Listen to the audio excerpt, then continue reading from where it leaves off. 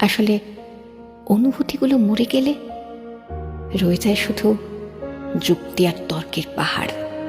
তখন কথার পিঠে কথা বসে, কে ভুল কে ঠিক তার লড়াই চলে। কারণ সেই বিশেষ অনুভূতিগুলো তখন মৃত। তাই যার জন্য সব ছাড়ছেন সেও একদিন বলবে স্বার্থপর। সেটা বুঝে নিয়েই ত্যাগ করুন, কষ্ট কম পাবেন। কারণ আমরা মুখে যতই বলি এক্সপেকটেশন রাখি না, আসলে ভেতরে ভেতরে কিছু চাওয়া তো রয়ে যায়। একটা একলা সন্ধে, একটা নিশ্চিন্ত বিকেল, হয়তো তখনও চেয়ে যাই মনে মনে। তাই তো আঘাতগুলো আঘাত হয়ে আসে আর আমরা আবার নতুন করে ভেঙে পড়ি। তাই তো মনকে বারংবার বলি, চল জটিল হয়ে যায়। কিন্তু অবাধ্য মন তবুও আশা করতে ছাড়ে না।